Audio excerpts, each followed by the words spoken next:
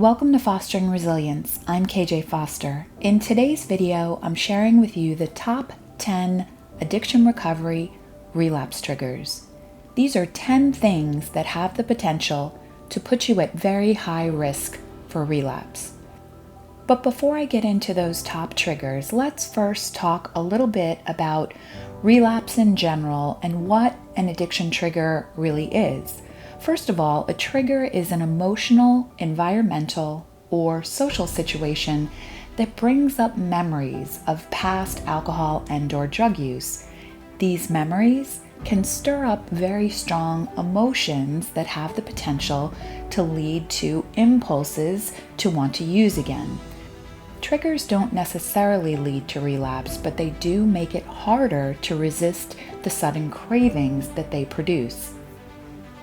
When it comes to relapse, especially the relapse rate, I think it's important to understand that addiction is a chronic brain disease, and it's similar to other chronic conditions like diabetes with a similar relapse rate. Using alcohol or drugs over the long term builds association between a person's daily routine and their experiences of intoxication. It creates very strong neural pathways. As a result, there are certain cues that will immediately flip the switch and activate the craving reflex in response to external or internal triggers in recovery.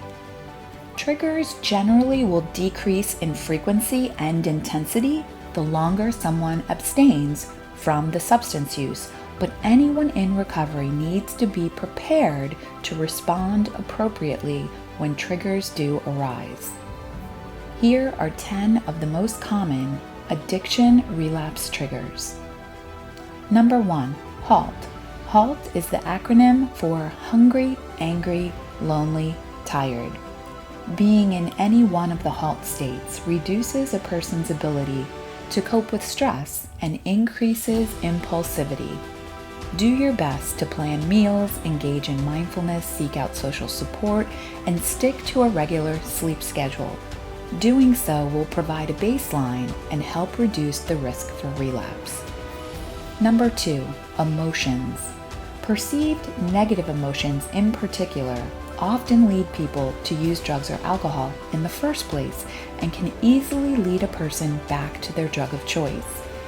Clearly, it's impossible to avoid feeling sad, angry, guilty, or lonely all the time. As a matter of fact, this is a part of the recovery process, so it's to be expected. And although experiencing these emotions is normal and an important aspect of recovery and life in general, they're uncomfortable. So learning how to cope with these emotions as they arise is going to minimize your risk for relapse. It's also important to note that positive emotions can also put someone at a high risk for relapse, especially if celebrations and other high intensity, high emotional experiences have been a part of your using history in the past. Number 3, stress. Stress could possibly be the number 1 addiction relapse trigger because of its broad range of effects on the mind and body. Both chronic and acute stress put someone at high risk for relapse and may be the most common trigger for relapse. Yet stress is a part of daily life for most people, whether it's being late for work in the morning or tense relations with a loved one, health problems, increased responsibility, or other events can result in stress and trigger drug cravings.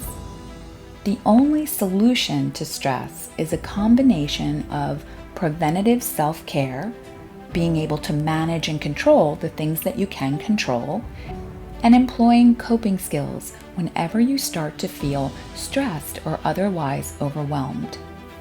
Number 4, overconfidence. Becoming overconfident in recovery puts you at high risk for relapse.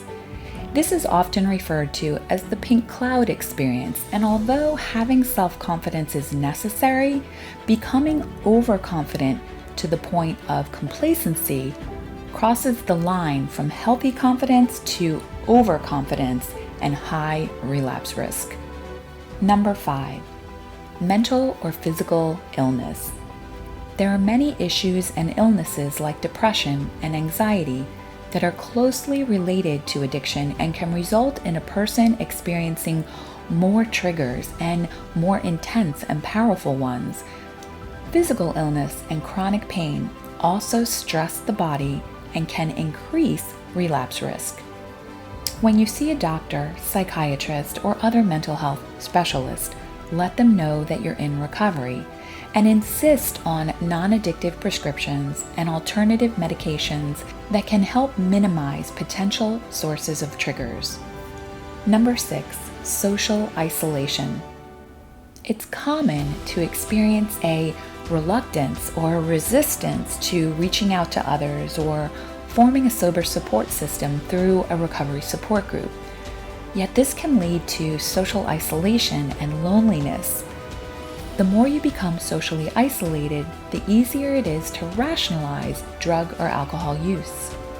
Social anxiety can also be a struggle for many individuals, which is why having a counselor, a therapist, or sponsor can help you avoid social isolation. Make developing a sober support network a priority in your recovery. Number 7, relationships. Anyone who has been through a breakup knows the intense emotions that are associated with that experience. On top of the upheaval associated with addiction recovery, romantic relationships can create devastating tides of emotion that make a person feel lost or out of control. Both are very powerful relapse triggers. There's no need to remain single forever, but actively choosing to avoid romantic relationships for at least the first year of recovery is a good rule of thumb. It's important to understand that this doesn't just apply to romantic relationships. Any relationship disruption, whether that be a friend, family member, coworker, has the potential to put you at higher risk for relapse. Number 8, getting a new job or a promotion at work. Positive life events are often overlooked as relapse triggers, just like positive emotions, just as well as negative emotions can put a person at high risk for relapse. Getting a promotion or a new job can lead to the urge to celebrate. You may also fall into the common trap that celebrating with just one drink or just one drug use will be okay. Increased income can also trigger thoughts of being able to afford your drug of choice. And while a promotion or other positive event is exciting and can boost your confidence, it may also come with added responsibility, pressure, and stress. That's why it's important to make a plan for how you will celebrate without drugs or alcohol in advance of actually being in this situation. Number 9, nostalgia, reminiscing, or glamorizing. Addiction happens because the use of drugs or alcohol makes a person feel better in some way.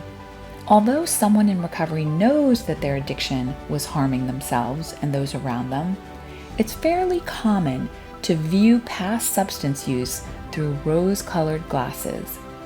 Reminiscing or glamorizing memories of past substance use is one of the brightest red flags in terms of triggers and relapse. If you find yourself stuck thinking about drugs or alcohol, it's time to get your support system involved. Talk to your counselor, a supportive friend, your sponsor to help remind you why you've chosen recovery. Number 10, social situations or places where drugs or alcohol are available. Another one of the most common relapse triggers is putting yourself in situations where alcohol and other drugs are available. It's not always so straightforward though. Simply driving through an old neighborhood or catching a smell or hearing certain music is enough to be a trigger for intense urges to use. One of the first relapse prevention plans you should make is a list of people, places, and things that are strong triggers for you personally. Relapse prevention means that you're taking the time to identify your personal triggers and then you're taking intentional steps to avoid those triggers. However, avoiding triggers is only one part of the equation when it comes to successful recovery from addiction. It's also important to learn healthy coping mechanisms to help you handle yourself if you happen to encounter one of your triggers while you're out in the world. Avoiding all of your triggers isn't always an option, but running into one when you're going about your daily business doesn't necessarily have to trigger a relapse. Here are a few suggestions for coping mechanisms that will help further reduce your risk for relapse. Number 1, maintain a support system. Maintaining successful recovery is far more difficult to do trying to do it all by yourself, if not impossible. Make it a point to maintain a comprehensive support system. This should not just include family and friends, but other people who are going through exactly what you're going through and have successfully achieved what you're seeking to achieve. Number 2, practice relaxation. This is so critical, especially relative to the fact that stress is one of the number 1 triggers. So learn how to practice relaxation and how to be relaxed in any and every situation. Basically, you're learning how to be comfortable being uncomfortable. So learn healthy ways to approach your stressors. And this is more than just preventing it from triggering you. It is also going to help improve your overall physical and mental health by reducing the amount of stress you experience on a daily basis.